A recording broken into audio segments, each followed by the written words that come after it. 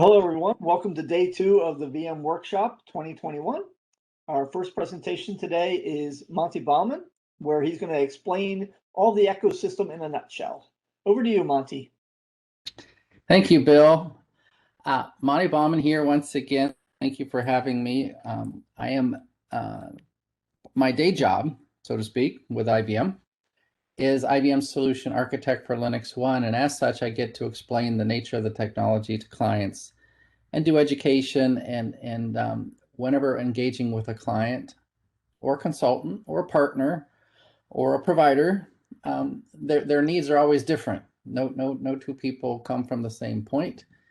And as such, I've gotten away from PowerPoint and PowerPoint's rather rigid structure, which is to say one chart follows the next. And if you want to take things out of order in PowerPoint, good luck. It can be done. You can put hyperlinks in PowerPoint, but it's not so flexible, not so much fun, as is Mural, which is what I've taken to using, and what you're looking at now on the screen is a Mural session. So Mural is just an application on the internet.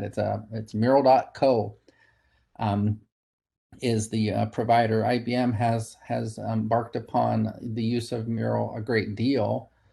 Initially, it was for design thinking. If you've ever been in an IBM design thinking session and you recall the whiteboards and all the sticky notes and all the various exercises you go through, it's a very whiteboard intensive meeting format. And in the internet age of COVID, and there's obviously a virtual facsimile to whiteboard, and that is a virtual whiteboard, and Mural, I suppose others do it too, but Mural is the whiteboarding application that IBM picked and uses, and that's what you're seeing now. And you can almost imagine this being a great big whiteboard at the front of a room, and you went out and bought a ton of Post-it notes, and you started populating it. Every once in a while, you cut a magazine page out, and you post a magazine page, and you create a structure, a message, a set of information. And in this case, it's a story of LinuxONE that I'll take you through. And I think the interesting part of this story is that it is a nonlinear story, given the nature of Mural. You can create a navigation capability, and that's what the outline is.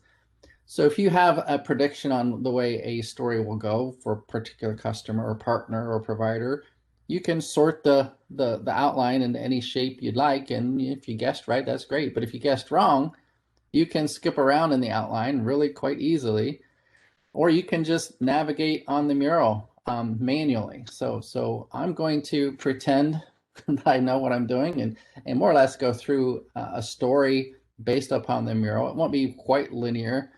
But I guess the chief idea is, one, for me to explain some of the nations of LinuxONE and the current state of the technology.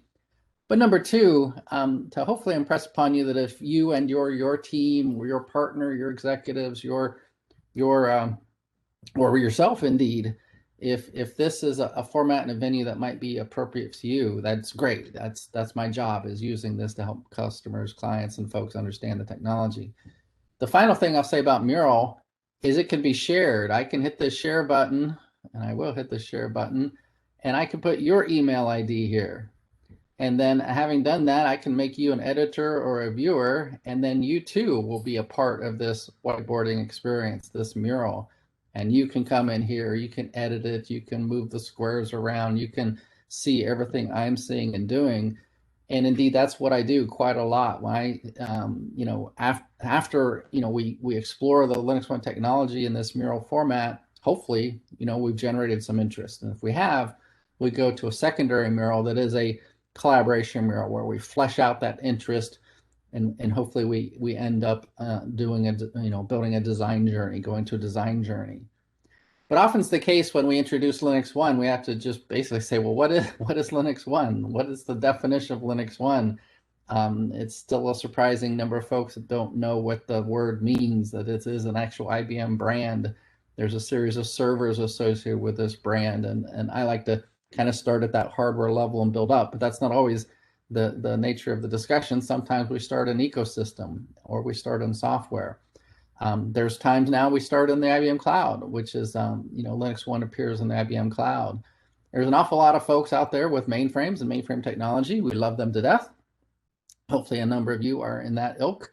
And so that's often the case, that we start with a mainframe bent and a mainframe technology stack, and we segue into what Linux can do for a mainframe stack. So there's integration stories that we build on in that vein. So this table is really a rather elaborate table that is really a capture of kind of what I think of as the journey. Again, it's non-linear. Every journey will be a little bit different, but these are the components of a journey, and it often starts with a definition. We often segue into the servers. We talked about servers a bit yesterday, but this is a server table that kind of just in a nutshell kind of depicts the nature of the servers that are at hand in the LinuxONE space. You can see how I can in Mural navigate a bit, and with my MacBook, my Mac laptop, I can use my little scratch pad to move around rather fluidly, to pinch and zoom as needs be. But this table is a place I often go to fairly early on to explain there's a mid-market server, there's a big server, the multi-frame server. We can talk about the chips and cores. We did that yesterday, so I'm not going to do that, but in a high-level view today. But this is, the nature of the server story can be explored. We can go to the nature of the cores, which we hit yesterday in fairly detail. So I'm, again, not doing it a great deal today. But the key thing we need to make real clear to folks, job one, day one, moment one or two, is this is not an x86 server on steroids or any other shape or form. This is a different chip, a different architecture, a different core, and there's both goodness and badness in that. So we want to get it made up very clear from the beginning that this is a different architecture, and then we dig into why it's built this way. This is a LinuxONE server powered by a Z chip and a Z core with these attributes. It's got tremendous superscalar gigahertz, high gigahertz throughput, an unstoppable pipeline, out of order execution. We can brag about how awesome this core is and how awesome this technology is. And then we can build that out if we choose to. There's a chart next door that is the chip, and we saw a rendition of this the other day. There's a chart down here is a rendition of the motherboard. And this demystifies this a bit, and it also helps to set up the explanation for how we can do so much work on a LinuxONE server compared to an x86 server. It kind of builds out that story that there's a great deal of engineering inside this box rather than outside of this box, and it helps explain the value proposition for server consolidation, or for throughput, or for performance. So that's a hardware story that we often go through early on in a presentation. We sometimes end up with a kind of the picture of the server itself. So we can draw through the multi-frame story, how we can start with a single frame and grow to a 4-frame system, but from a single processor drawer to 5 processor drawers. How scalability is built into the system. A great many customers want to be assured that they're not going to run out of gas anytime soon. If they hear a vertically scaling system, just what do we mean by that? Sometimes they don't quite get that. We also can talk to the mid-market server, the single frame system, and it too has a good deal of scalability, not as much. It can go to 2 processor drawers, but it's a similarly capable system. Sometimes we need to then dig into the I/O capabilities. So we can talk to the I/O drawers, the various I/O cards, the NIC cards and HBA cards. You see, I don't call them FICON. I don't call them OSA. I may label them as OSA cards, but this is that notion that as often as not, we're talking to a distributed server audience when we're lucky, and we want to use this server to run their workloads. We want to demystify this server. So we want to use some common nomenclature to them and explain that we've got lots of choices in NIC cards, lots of choices for HBAs, lots of places we can put storage. And we may explain how we can attach to mainframe storage if this is a mainframe client that we're working with, or just fiber channel, in a SAN-based storage story. Or if it's a simpler configuration with, the NVMe card-based storage makes sense, we can talk to that storage capability. So hopefully you see that we can do a pretty good job within, moments demystifying the nature of the hardware. And that kind of then takes us to starting to build the value proposition up in the terms of the virtualization. So this is where we hopefully really get the juices flowing, so to speak, in terms of how capable this system is. And a lot of that capability comes from just how we virtualize the hardware resources. And I use this primitive animation to illustrate that notion, where we have a server, and we already talked about how we can have lots of cores, lots of memory adapters. And if we're talking LinuxONE, we just say cores and memory and IO adapters. If it's a Z story, we might talk about zips and the like, but just to keep it simple, we talk about the hardware layer, a firmware hypervisor that's built into the system. Sometimes we call it Prism, and debug the acronyms. Sometimes we illustrate that there's a dynamic partition manager, GUI and toolkit on top of the firmware hypervisor, and that basically creates partitions. And what's a partition? A partition is a place having allocated resource to it that runs an operating system. Well, that operating system could be Linux. Of course, this is a Linux storyboard, Linux, so we talk about it could be Linux. And our hardware is so capable that we have a hard time putting all that hardware to work under the guise of a single partition. So we usually have multiple partitions. So we can have another copy of Linux. Maybe one's production, one's non-production. Maybe it's different databases, different lifecycle support mechanisms. But nonetheless, partitions are limited in the number of partitions we can have. It's limited to the dozens, 85 on the high-end server, 40 on the low-end mid-market server. So that may well suit, and there are clients that run in this mode that have large, chunky workloads and a limited number of them. But more often it's the case, customers have hundreds or thousands of virtual machines to run some number that I will simply call N. And in that case, we add a secondary hypervisor to the system. ZVM is a popular choice and a fine piece of engineering in the software world. I like to think of it coming from 1967, CP67, that I've heard it called, going back even further than that. So ZVM is a fine hypervisor, obviously. But as fine as it is, we may want to have more fun than what a single instance of ZVM can or should do. So we may have another partition with another instance of ZVM, and maybe we put that ZVM into a clustered configuration. Maybe this is production work bit spread across these two instances of ZVM, and maybe development or sandbox or QA work is over here in this instance of ZVM. And usually lights start going off in the distributed server folks' eyes, in the sense that this hardware, this single instance of hardware, can really be configured in really flexible means and manner to suit life cycle of applications, or segregation of work by department or line of business. There's all kinds of ways to divide and conquer your IT environment across an infrastructure that's this flexible. And it's so flexible that not only is the fine ZVM hypervisor available to us, we can run the open source KVM hypervisor. And again, one instance of hypervisor is fun, but even more fun is multiple instances. And not only can we have another instance of KVM, we can now enjoy the sub environment of KVM called the secure execution environment. And this is where we segue a bit to the discussion around the trusted computing environment that we can build on Linux and on LinuxONE in a couple means. One is through the secure execution environment.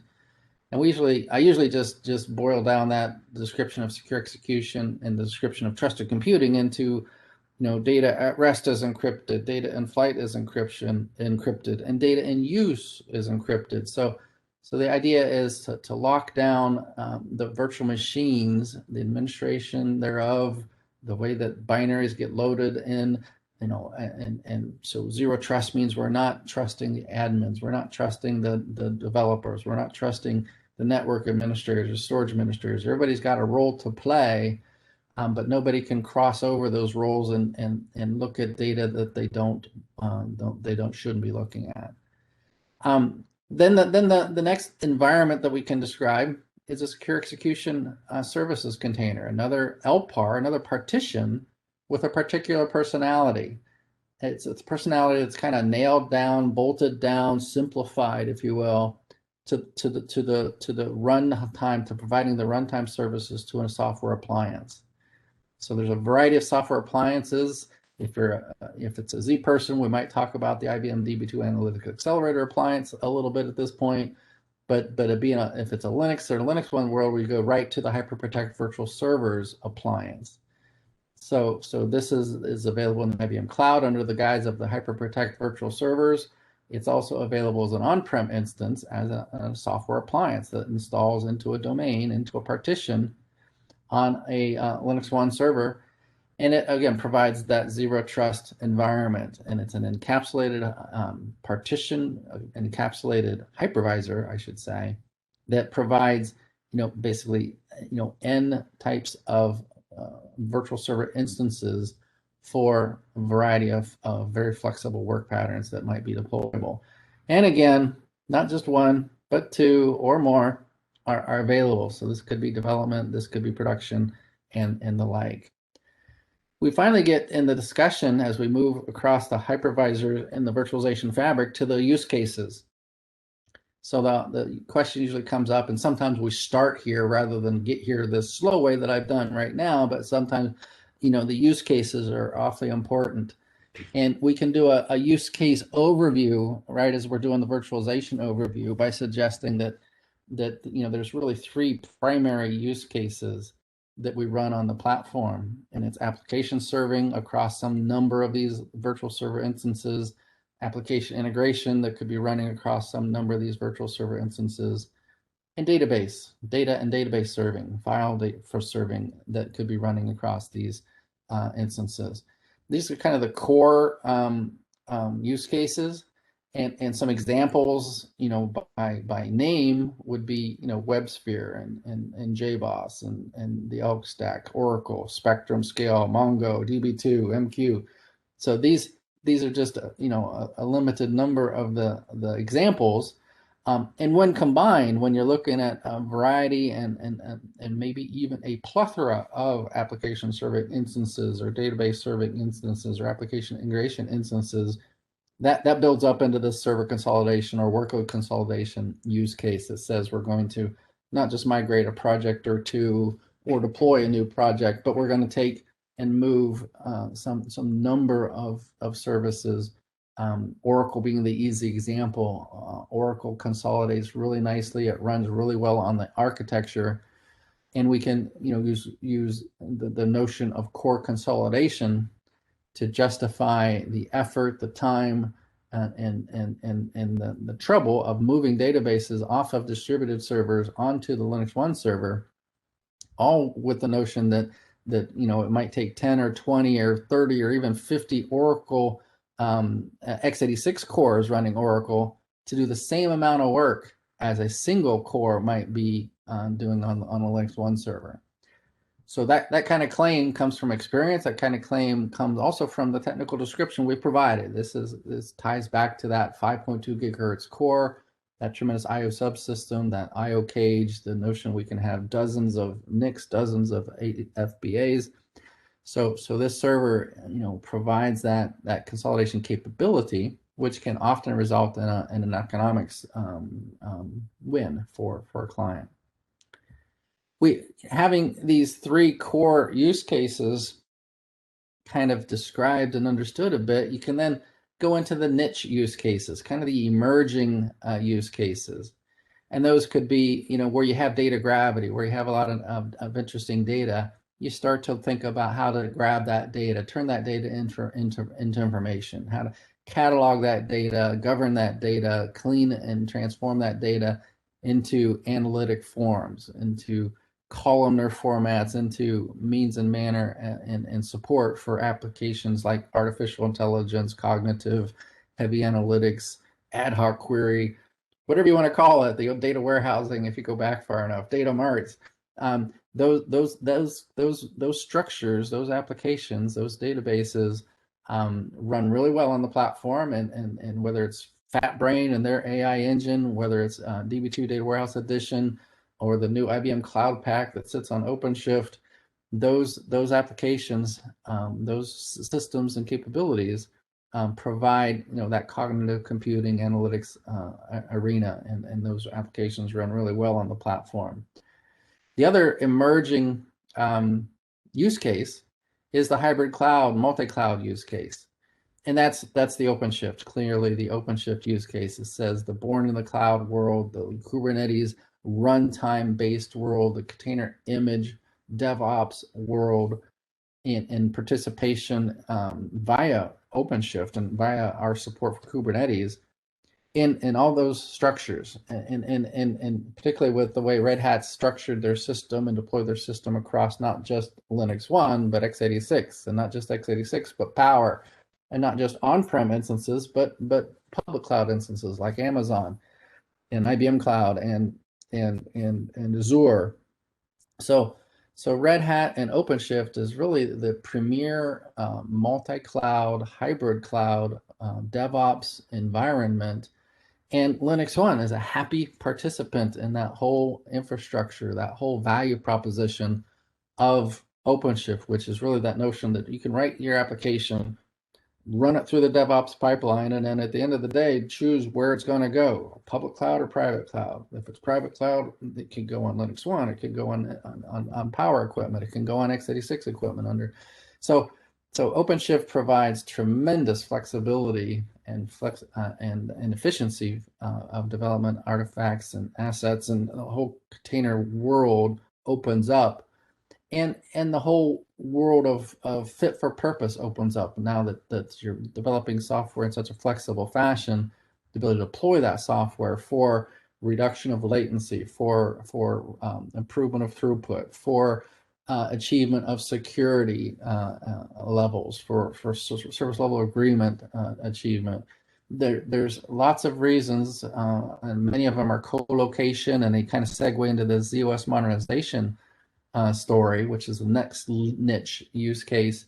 The notion that you could take OpenShift and co-locate it through shared memory communications layers with ZOS and with core system of record assets is a win-win. You can start to use DevOps-based cloud native development technology, harnessing API technology to invoke legacy transactions. And by legacy, I mean they work. Legacy is the working set of applications, the working set of data and databases, and advantaging the things that work in new and different ways is the win-win that OpenShift co-located with ZOS brings to bear. The hybrid story and the OpenShift story has brought a lot of flexibility as well, and that's these other examples: Finacle, Technisys, Temenos, Maximo. These first three in particular, Technisys, Temenos, Finacle, and there's another one I just heard about, Fiorona. They are Cloud Pak, OpenShift based application instances of core banking. So entire application solution sets, in this case core banking, are being built on top of OpenShift technology. And it's not a big surprise when you kind of look under the covers of OpenShift. You look at Kubernetes, you can see the worker nodes, you see the control planes, and what you start seeing is things like CICS, multi-region operations. You see IMS and the way IMS is built. You see, mainframe class structures of software engineering now appearing in the distributed server space under the guise of Kubernetes. So the ability to deploy much more sophisticated software systems like a core banking system is what follows, and the ability to manage that, deploy it, and keep it up and running and happy is provided by OpenShift. and it's a win-win when you put OpenShift on LinuxONE for the scaling capabilities, the resilience capabilities that the platform provides on top of or I guess I should say underneath that sophisticated software stack. The final niche use case is the trusted computing space. We've mentioned this a little bit, but the use cases and kind of the software that's driving those use cases, for most part, are things like blockchain and digital assets. As I guess the easy story is maybe we all heard about the Bitcoin millionaire who lost his key to his Bitcoin wallet, and he was on his like 8th try to recreate it, and after 9 it blows up, and his password's revoked, and any and all assets he has in his Bitcoin wallet become forevermore unaccessible. He will have lost all his assets. I don't know what the end of that story was, if he remembered on the 8th try or not, but that the idea of blockchain is a wonderful thing, but it's a scary thing too. If you lose your blockchain credentials, you're sunk. And that's the rise of digital assets. Basically, digital assets is the idea that you're going to use a provider and they're going to provide you, the resources and the help to manage your relationship with those digital assets. You could imagine this blockchain user, if he had just been accessing blockchain through a digital asset provider, he would have lost his wallet, but then he would have lost his credentials, but he would have called up the digital asset provider. He would have authenticated. He would have, done steps A, B, and C and D to recreate his credentials and reestablish his linkage to the blockchain assets. That's kind of the idea of a digital asset provider. It's very much like blockchain, and blockchain, represents monetary value and their assets. Digital assets can be currency, but could also be assets like cars or art or mining, gold or so. So it's the idea is a more flexible, managed environment but nonetheless, the needs for the security are just as great. So that's where the LinuxONE server, the security credentials, the security capabilities, the FIPS 140-2 level 4 HSM, those things come to bear uniquely underneath OpenShift and digital assets, and underneath both of those aspects is the hardenable LinuxONE, Linux on Z, and IBM Z chip powered security schema.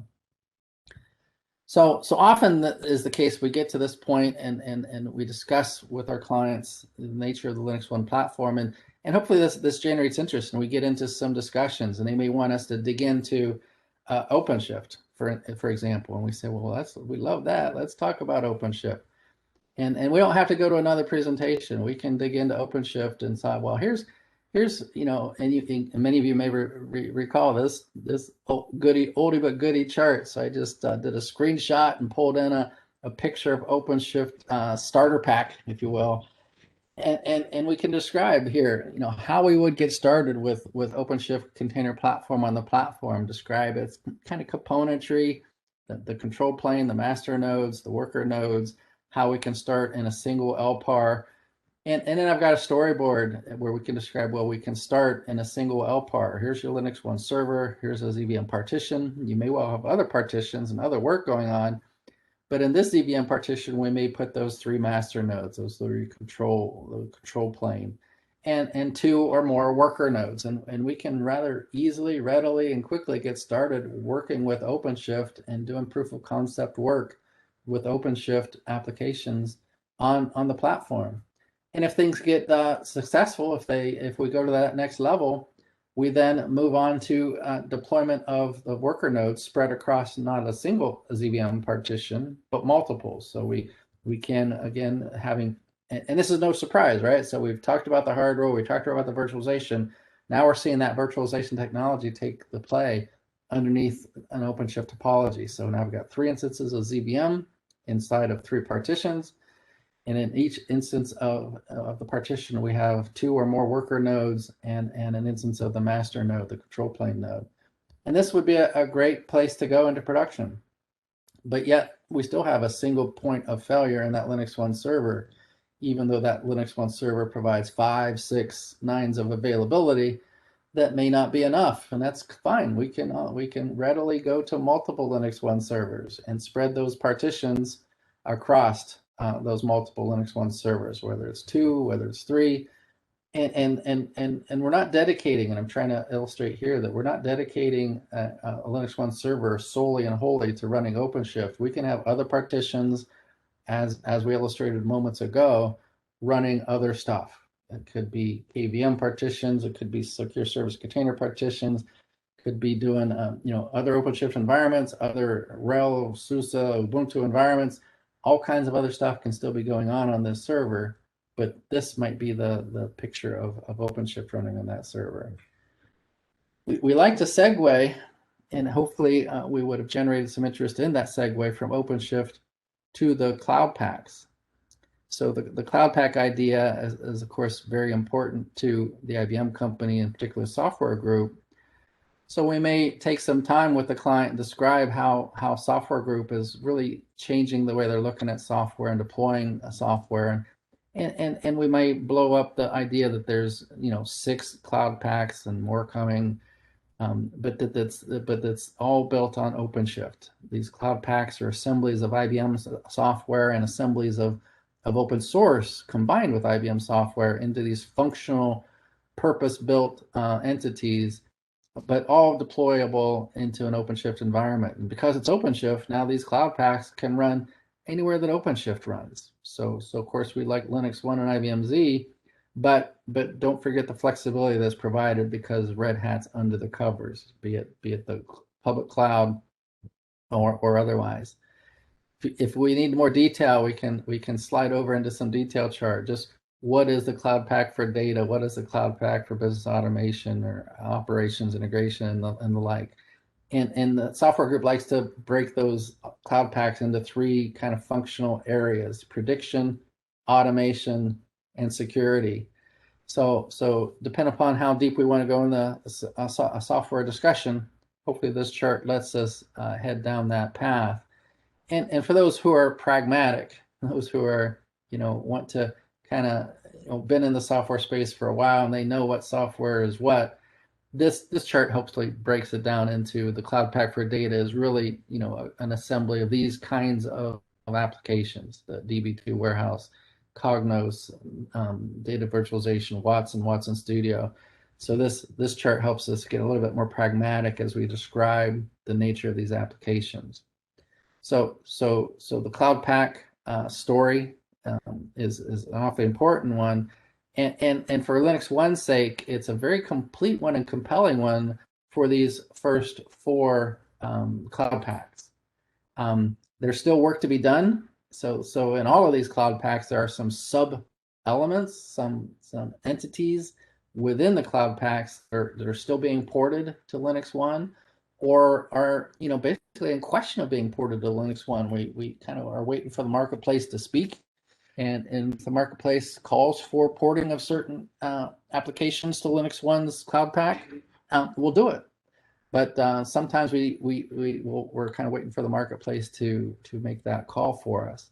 The one that's not in place today, and it's really because invention's still going on, and the Cloud Pak for security. So there's going to be a great deal of function built out in the Cloud Pak for security, and some early editions of Cloud Pak for security are available on other platforms now, but it's likely to be end of year-ish before the Cloud Pak for security is made available on the LinuxONE platform. So most of the work is there. We're happy that it's there on LinuxONE. Some work is still to come, and I think we'll get into some more detail on this whole story a little bit later today.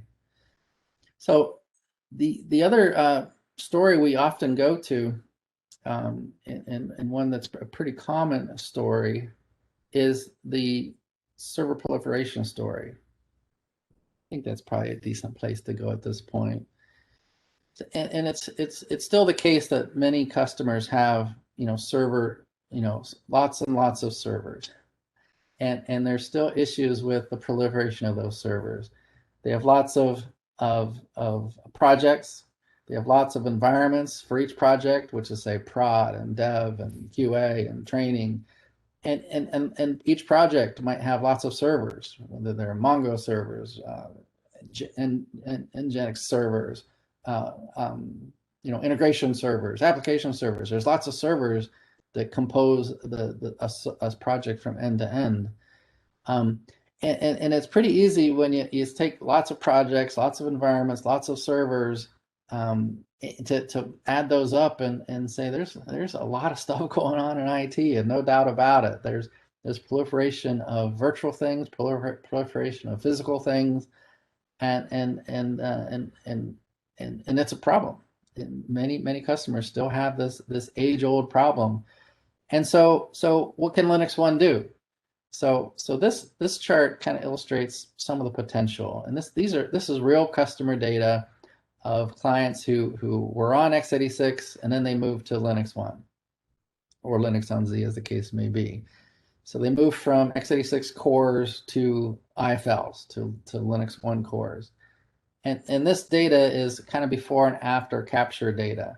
So you see the range of core consolidations. This first one, it took 8.6 cores to do the amount of work that was done on x86 that after it moved to LinuxONE, it only took 1 core to do. I'm not saying they moved 8.6 to 1, but that's the ratio that was calculated after they observed all the x86 work having moved over to LinuxONE. So they got a 8.6 to 1 core consolidation ratio. And you see there's quite a variety. Nobody's the same, everybody's different. Some are happier than others. Some are, what's the biggest number we see? I see 38. Is that the happiest one? That might be the biggest happy. Oh, there's a 42. So there's that. Maybe that's the biggest, happiest one. So they can get quite large. 42 to 1 is just huge. And they can go down to, they can be small too. So this was 5.4 is the smallest one. So the IBM answer, it depends, is accurate in this case. It depends what your mileage will vary. But the good news is that there's some projection capability that can be afforded you to estimate this before you go out and doing it. The IBM IT economics team has tools and mathematics that they can apply to estimate what your particular configuration might yield in terms of consolidation ratios. And once you kind of get this sizing kind of thing at hand, you can go through an analysis that's alluded to by this chart.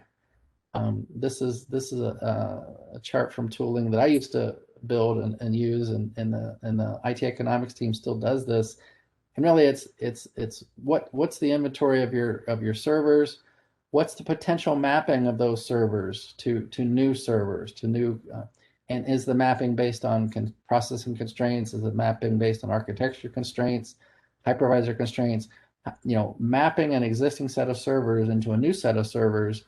And there may be multiple ways to do that. So we may have a base case that is keeping things the same, but then there may be alternative cases where some part of that pile of inventory is moved to one server, some other pile of that server inventory is moved to another server. So you can do some rather elaborate and sophisticated mapping of servers, and then do the TCO resulting to that. And by TCO, that's all this stuff. There's a lot when we'd all do TCO more often if it weren't so hard. TCO is kind of an elaborate, involved process. It's not just what will a server cost. It's what does a server cost now and forever. And what does a server cost not just to acquire, but what does it cost to run? What does it cost to power? What does it cost in floor space?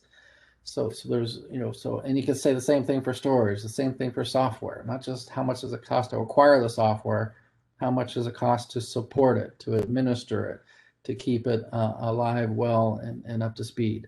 Networks, same thing can be said. So when you look at total cost across the spectrum of IT, there's a lot to it. But again, the IT economics team has tools, has patterns, has math that supports the generation of this rather elaborate piece of work in a timely fashion.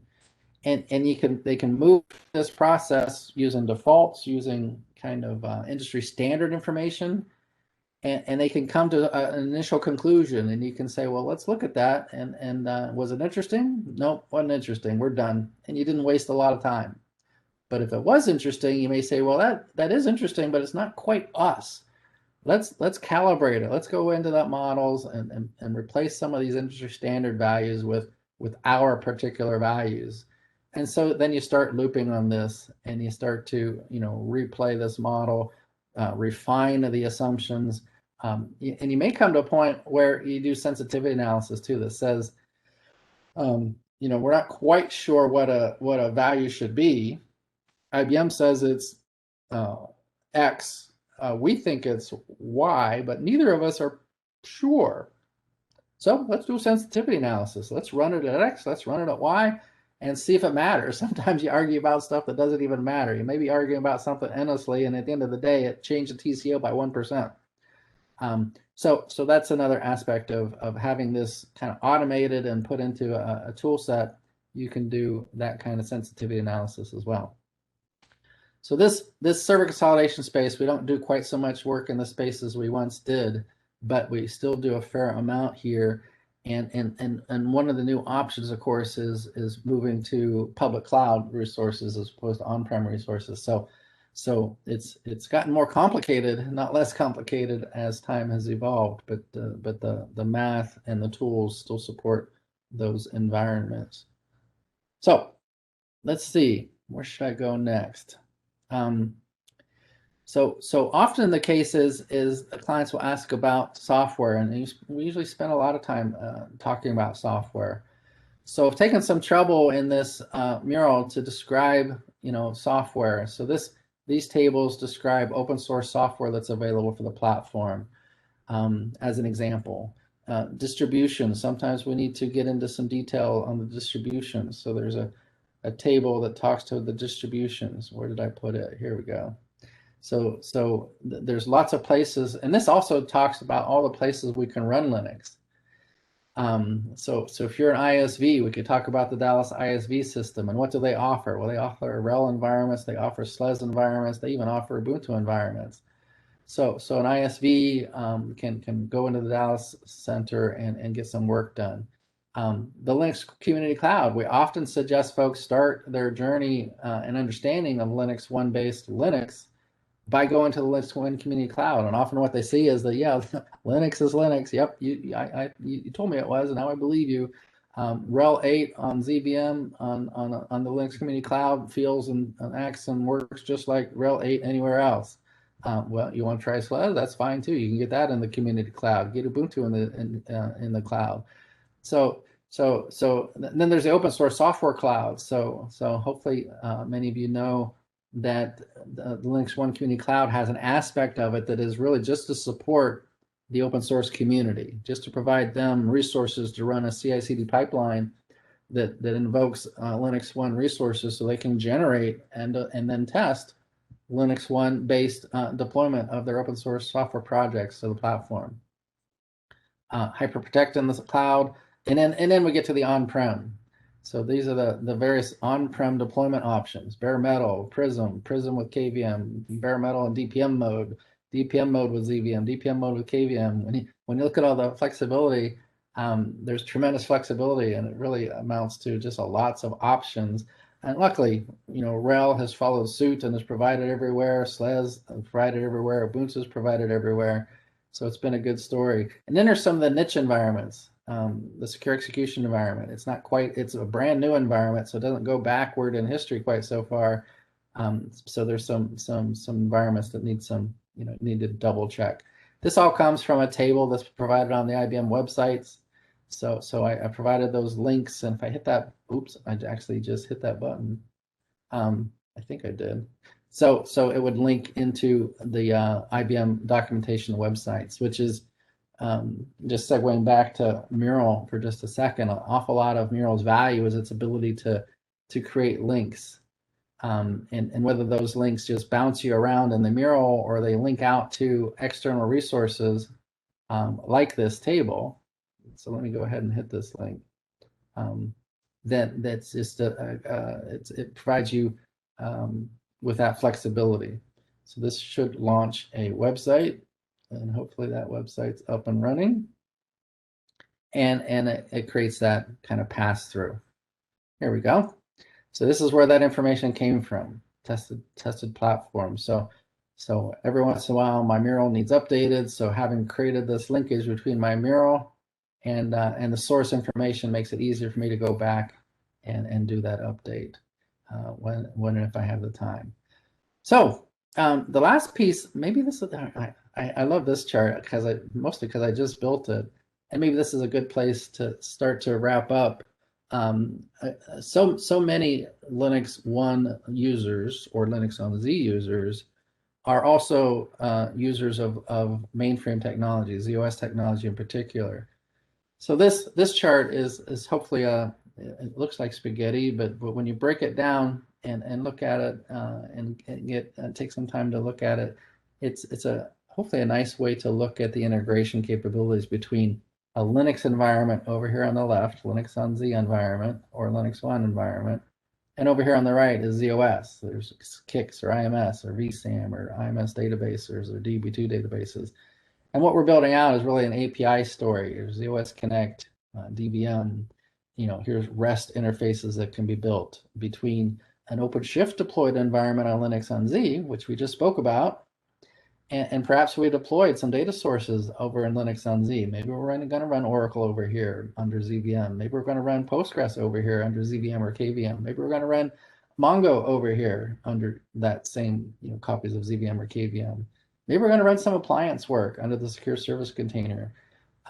So we can do tremendously flexible deployment environment under OpenShift. We can deploy all kinds of applications, but we can also create very low latency, highly secure, shared memory communication type structures of communications between, say, stateless app layers of applications that are going to come back and hit the stateful systems of record or stateful data resources in the back end. And whether you want to hit them with REST APIs, or you want to hit them with JDBC and open database APIs, or you want to hit them with something else, it's all here. It's all easy. It's relatively speaking, it's all available.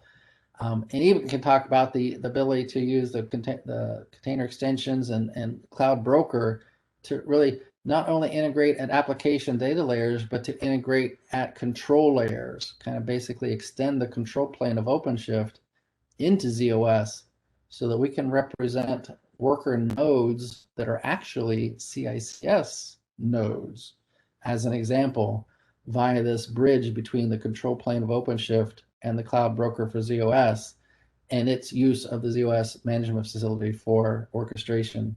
So it's a really interesting story that can be told, and a really interesting integration capability that's available, so that we can do DevOps in the modern cloud-native world. We can extend those DevOps capabilities into the ZOS world, and then when we deploy, we can build these deployment models that integrate and execute across both infrastructures.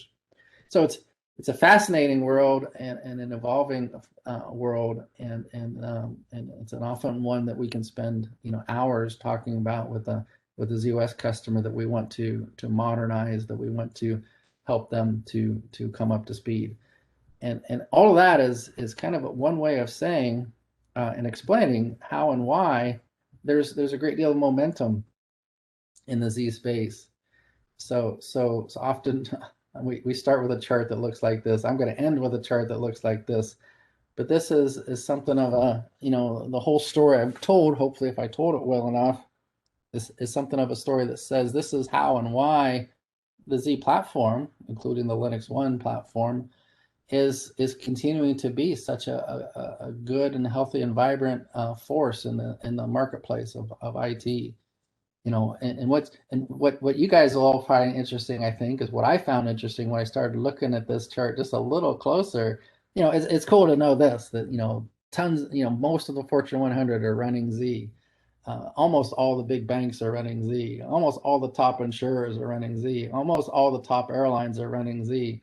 Almost all the top retailers. So it's great to know that these big, tough, tough computing in the biggest of compute environments, the toughest of compute environments, those environments are being sourced through Z for the most part. And then you kind of zero in on this growth over the last decade. And what's interesting to me, being sort of Linux oriented now, is kind of the shape of the colors of these bars. See, specialty MIPS are the dark blue. So most of you will recall that specialty MIPS are those MIPS that come from other than central processors. So that would include zips and IFLs for the most part. So that's a combination of zips and IFLs. The CP load and the central processors is the standard MIPS. So what you see, was this about the last time it was even? Does that look even? So about, what is that, 5 years ago, it was pretty even mix of CP MIPS and specialty engine MIPS. But ever since that point, the number of MIPS shipped via specialty engines, it has been exceeding that shipped by standard engines. And I think a lot of that is due to the IFLs that we're shipping, the LinuxONE cores and the LinuxONE Z IFLs that we're shipping into the marketplace.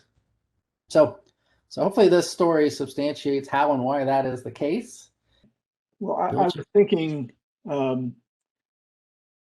people that have children or who were children know that there's like a book that they'll listen to or want you to read over and over again. And this may now be my story that I'll ask to listen to again and again, because it's a great story. So Monte, thank you for sharing it with us, and thank you for being part of the workshop.